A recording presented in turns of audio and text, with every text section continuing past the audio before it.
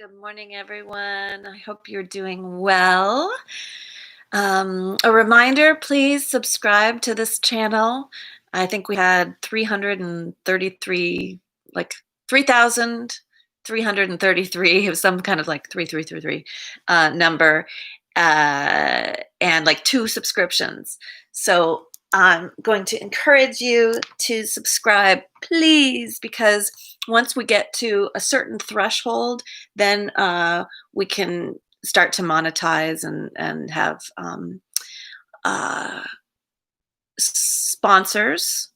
So I know that doesn't mean much to you, but that's good for me and my family. So if you can subscribe, that is very helpful. Then let's see, we have a workshop coming up, and I wanted to just share why this workshop was so instrumental for me. One of the things that I learned that I'm going to be sharing with you guys during this workshop is about the DISC profile. And the background for DISC is kind of interesting. It's spelled DISC, DISC profile. And it was developed by Dr. Marsden. And if you don't know who he is, watch the movie Dr. Marsden and the Real Women. He was a very interesting fellow. He and his wife actually invented the lie detector, and he created Wonder Woman. And he and his wife had a lover together, and this is what this movie is about.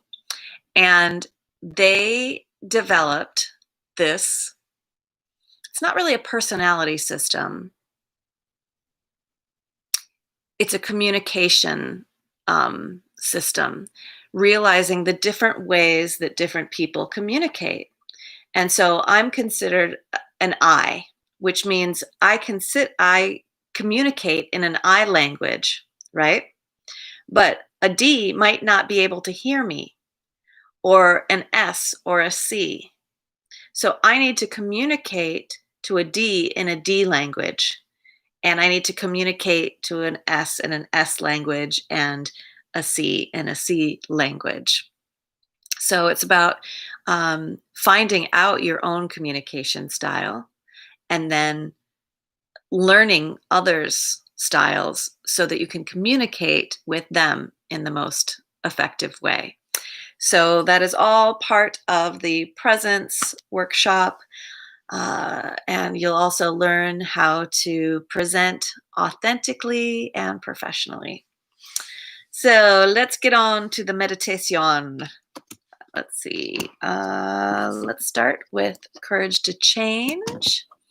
And if you feel like you want a quote read for you, please just say so in the comment box.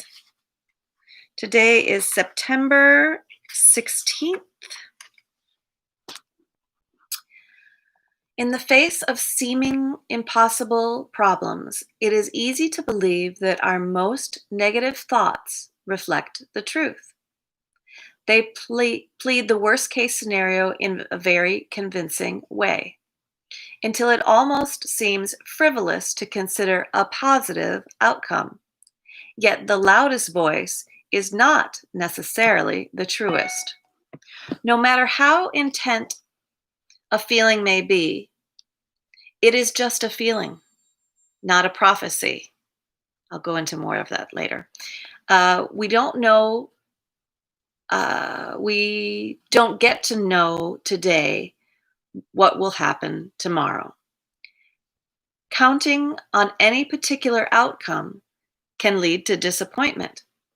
But sometimes it helps to remember that a positive outcome is just as likely as a negative one. We are powerless over the results of our actions. We can try to make wise choices today, but what will happen in the future is out of our hands. Since we can't know what to expect, why not trust that a higher power can use whatever happens to further our growth? Today's reminder: I will place the future in my higher power's hands. I trust that by turning it over, it can be used for my good. And then the quote is from Ralph Waldo Emerson. This time, like all times, is a very good one, if we but know what to do with it. So that reminds me of last night. I just started feeling this sinking, sad feeling. And I thought, well, what is this about? Nothing has really changed. Is a loved one somewhere hurting, or what's going on? What is this feeling coming from? And then I was like, it doesn't really matter what it is, meaning that is all the mental construct around it. And can I just go with the feeling and just feel the feeling until I don't need to feel it anymore?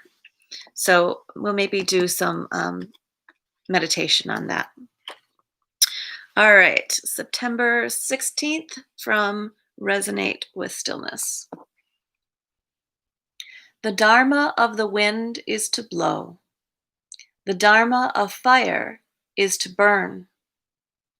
By the way, Dharma means the right action. So the Dharma of the wind is to blow. The Dharma of fire is to burn.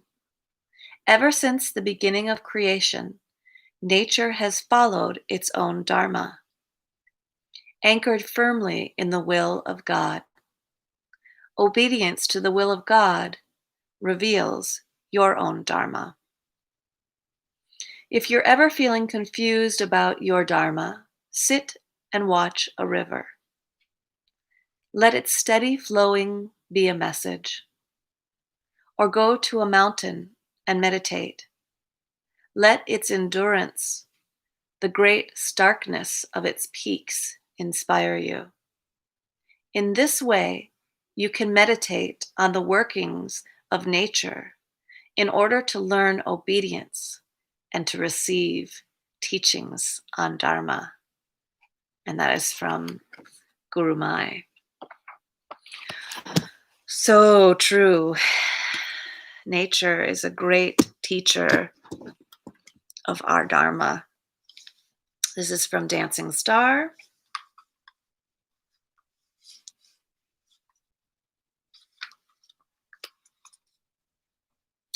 A clay pot sitting in the sun will always be a clay pot. It has to go through the white heat of the furnace to become porcelain. And then picking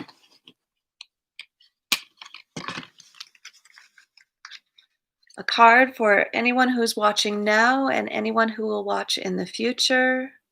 These are from Paramahansa Yogananda's Paragrams.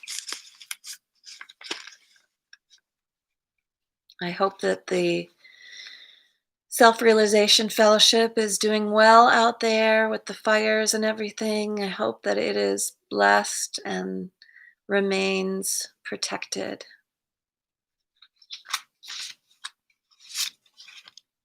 Truth.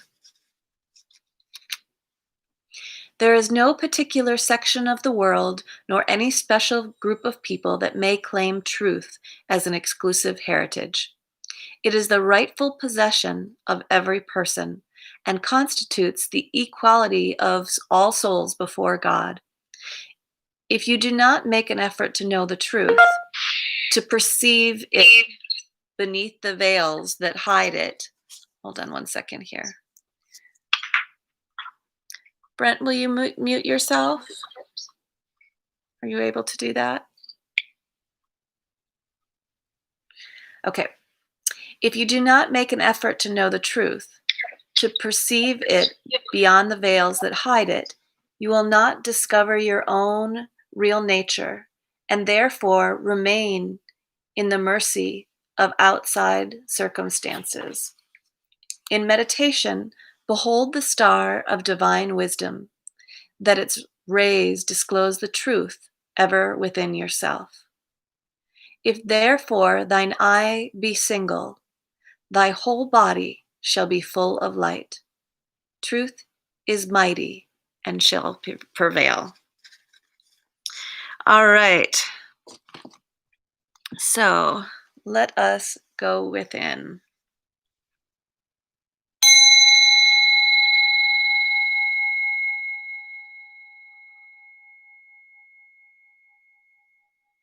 Closing your eyes, taking a deep breath,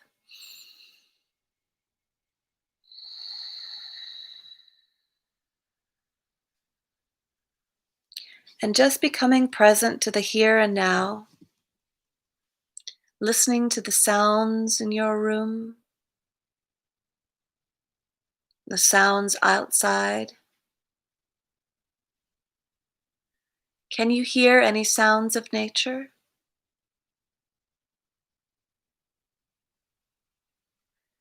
What does it look like with your eyes closed? Can you see lights, little fractals, pixelations? Is it all black? Is it a 2D black or a 3D black?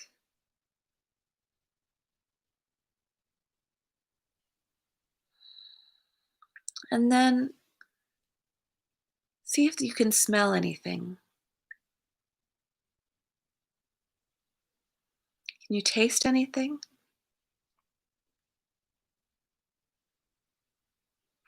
What are you touching right now? Becoming aware, tuning in to your five senses to anchor you into the now. You can put your hands in Shin Mudra with your forefinger and thumb connected and put the palms of your hands on your knees, and that can help to straighten up your spine. You can imagine that there's a golden thread that is pulling you up to the heavens, and I imagine a red thread pulling me down into Mother Earth, to the heart of Mother Earth. And I am now balanced, protected by the heavens, and nurtured by the earth. And you can take a deep, deep breath and hold it, and then release.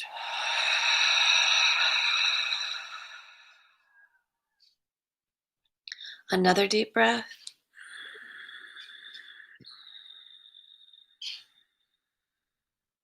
Hold it. Release.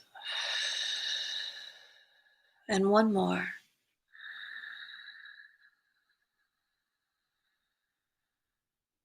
Hold it. And release.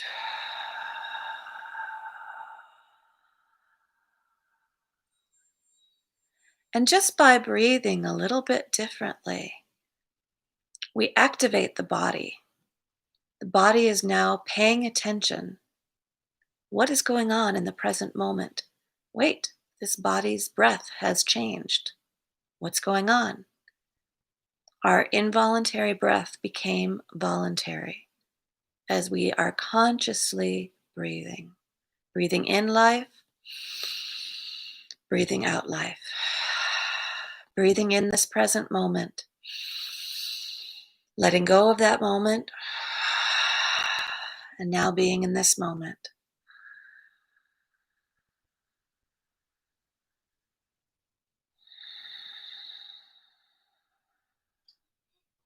Noticing the body temple, preparing yourself for meditation. Are there any areas that need to feel stretched or squeezed, let go of? Any tensions?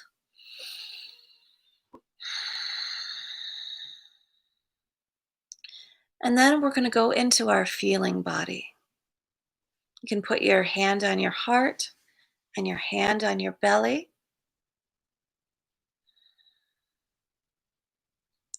and just feeling what you're feeling. And this time, I would like you to, if you start to have any thoughts about your feelings, put them back in your thought place. Pretend that there's like a box, that your mind is a little box that assesses things, criticizes things, is your discernment box. But this time, I would like you to just feel your feelings without any thoughts attached to them. So, first, just feeling your sadness.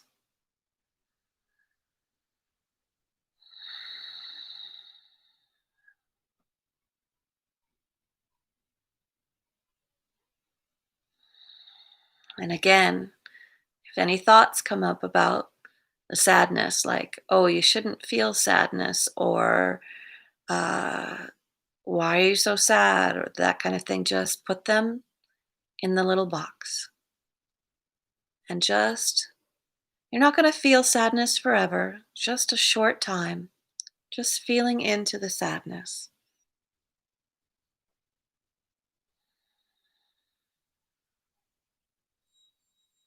Knowing that you are not sadness, but you have sad feelings.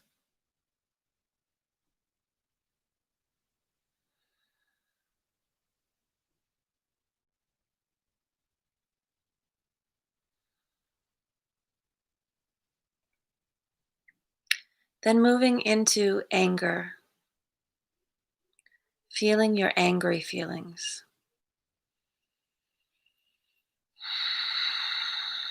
If it helps, you can breathe it in and out. You can use breath of fire. I like to imagine myself as a dragon.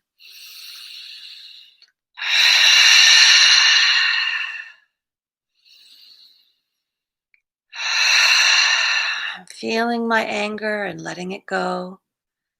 If I have any thoughts about anger, I just put them in the box.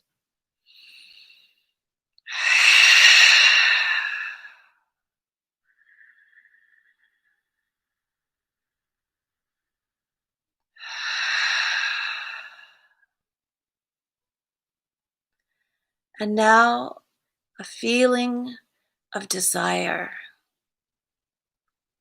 what you want, feeling of longing. And if any thoughts come up about this, just put them in the box. Any thoughts come up like, oh, you shouldn't long for this, put them in the box and just feel the feeling.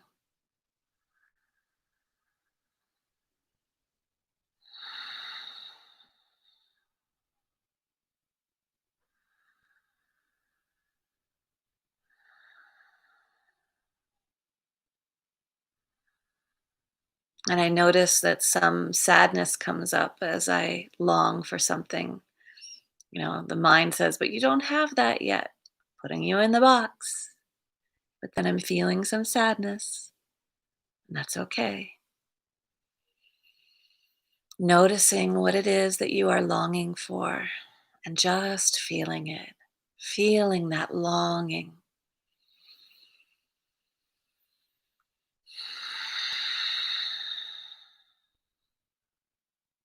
Like the reading said, we don't know if the outcome is positive or negative. Could be one or the other. So just feeling the longing.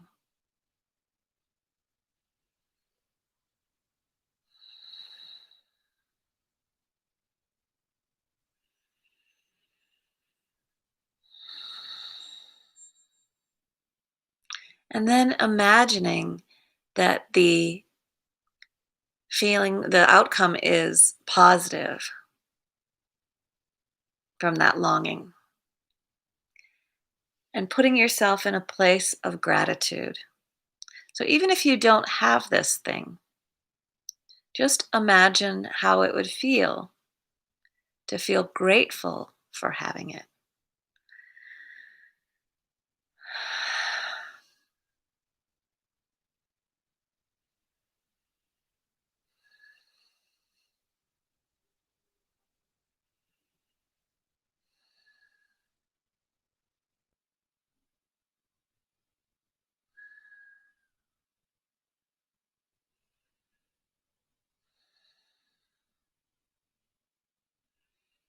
And that is how we manifest, through our feelings, not our thoughts, but our feelings.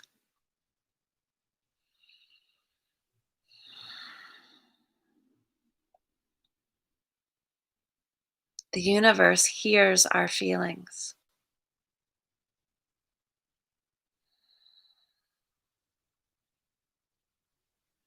So we can say, yes, please, more of this.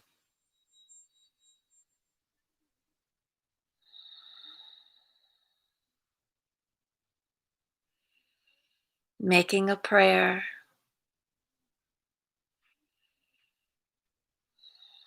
to the law of manifestation. Yes, please, more of this.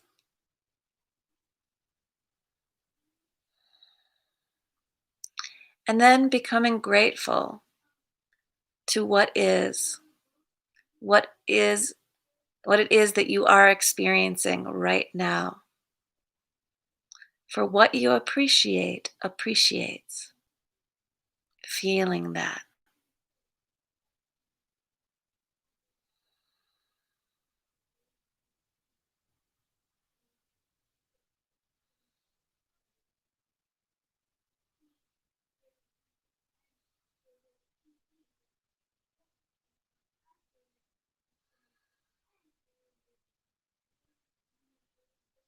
Good. And now going to the mind and opening up that box and just sorting through those thoughts. There might be some positive thoughts in there and some negative thoughts in there. Just opening up the box and just noticing them. You are not them. You are a being that has thoughts. You are not your thoughts. So, as if they're on little scrolls of paper, just unrolling each little thought and noticing, is it a positive thought or a negative thought? Neutral thought?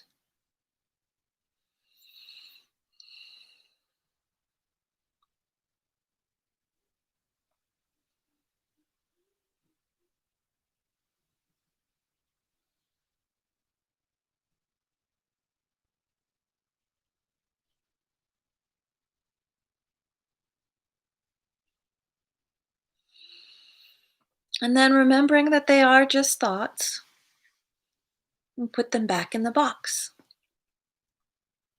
and close the box. And because the mind wants to keep on chewing on something, you can give it a mantra or an affirmation. I am grateful for all that I have, could be a great affirmation. I love to use the mantra Om Namah Shivaya, which means honor my inner divinity. Om Namah Shivaya, Om Namah Shivaya, Om Namah Shivaya, Om Namah Shivaya. And I just put it on constant replay.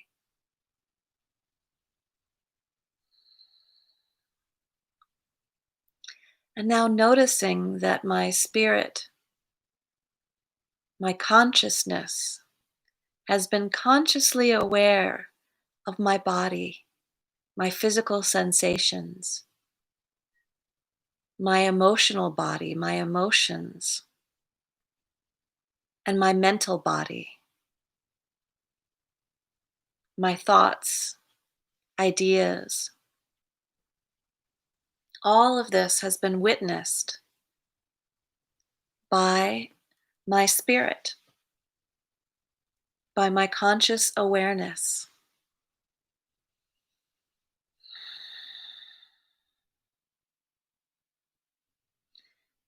In our spirit, we know what we know. So, this has to do with our intuition, but it is still a limited perception.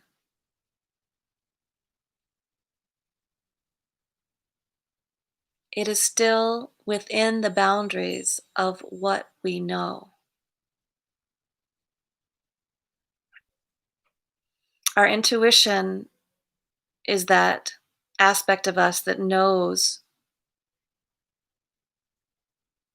even beyond the intellect, but it's still a state of knowing.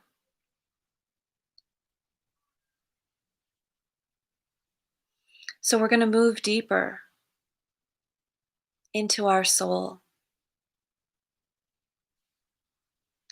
And our soul is where the great mystery is. So many battles have been waged over, does God exist or not? The truth is, we do not know. God is beyond our knowingness. So we can make the choice to trust, to have faith that there is something outside what we know. That is the great mystery. I choose to believe that there is a divine intelligence, a Mother, Father, God, an aspect of me that knows more than what I know.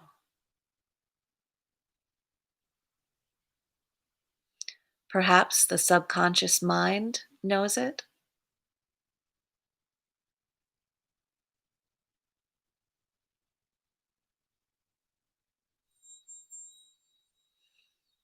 But right now, we are inviting our consciousness to experience the unknown. So we are unraveling our preconceptions, our preconcepted notions. So just imagining, what does it mean to be in a place where there is no this or that? No black or white or up or down, no good or bad.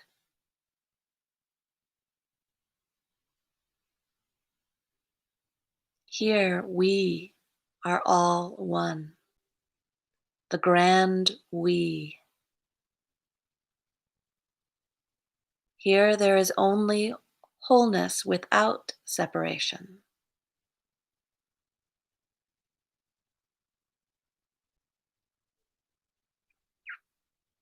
Satisfaction that doesn't know frustration.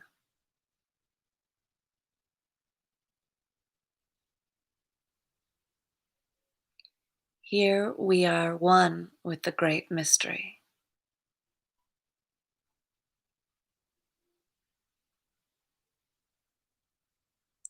Here the creator and the created are one. The painter and the painting, the wave and the ocean.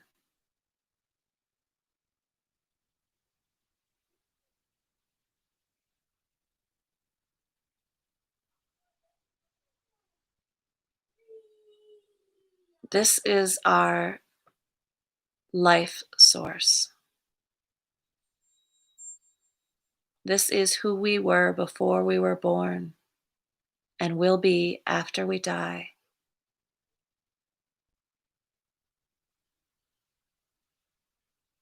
Here we get to just be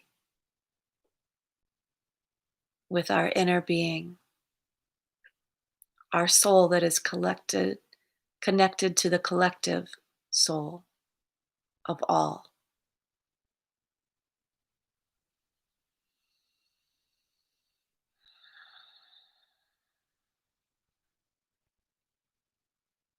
The universe and beyond.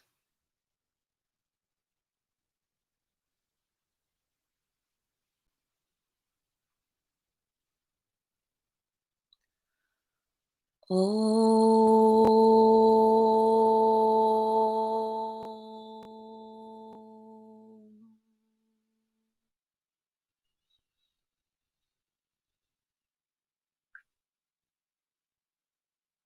I like to think of this place as a chalkboard that all my preconceived notions were written on, and it all just gets wiped clean.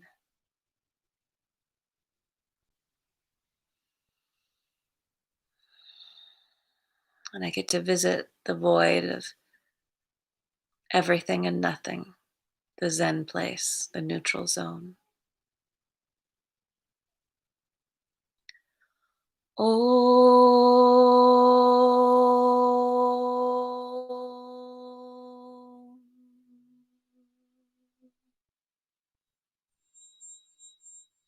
Om Namah Shivaya, Om Namah Shivaya, Om Namah Shivaya, Om Namah Shivaya.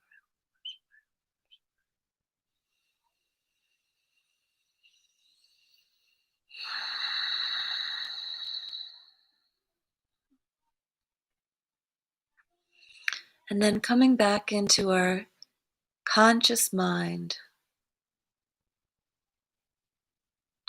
which has benefited from resting in the supra consciousness.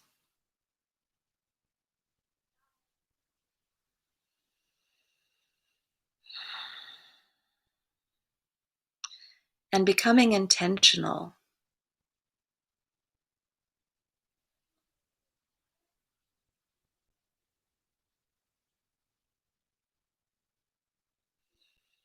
as you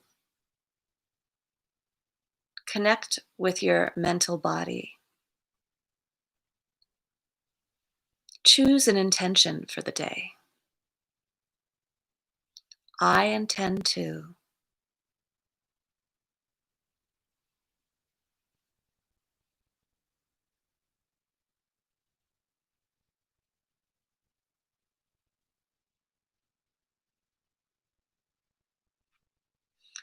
And then with your emotional body, my attitude will be of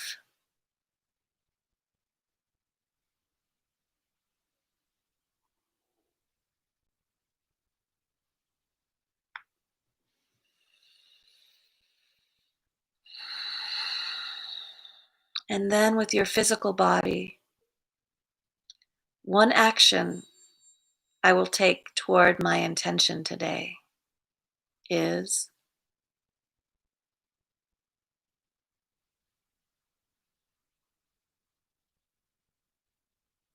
and just listening.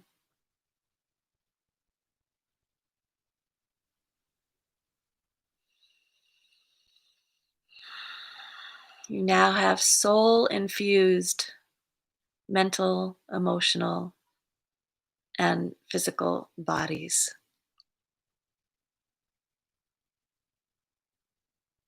And this lets your spirit emanate like a pebble dropped into still waters. This resonates, reverberates outward.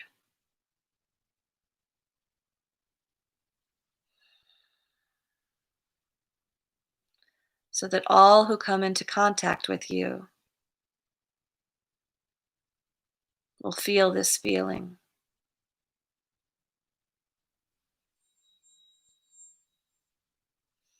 I'm going to open my eyes now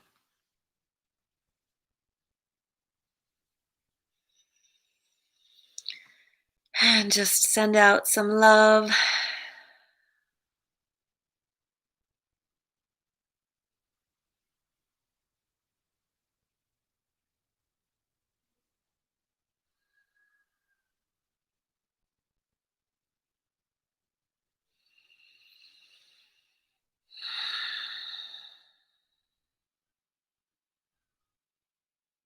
And I wish you a very peaceful, magical day, manifesting that which you long for, what you're feeling for, and being grateful for it. Sadhguranath Maharaj Ki Jai. Hail to the bringer of the light. Om Shanti. Om Peace.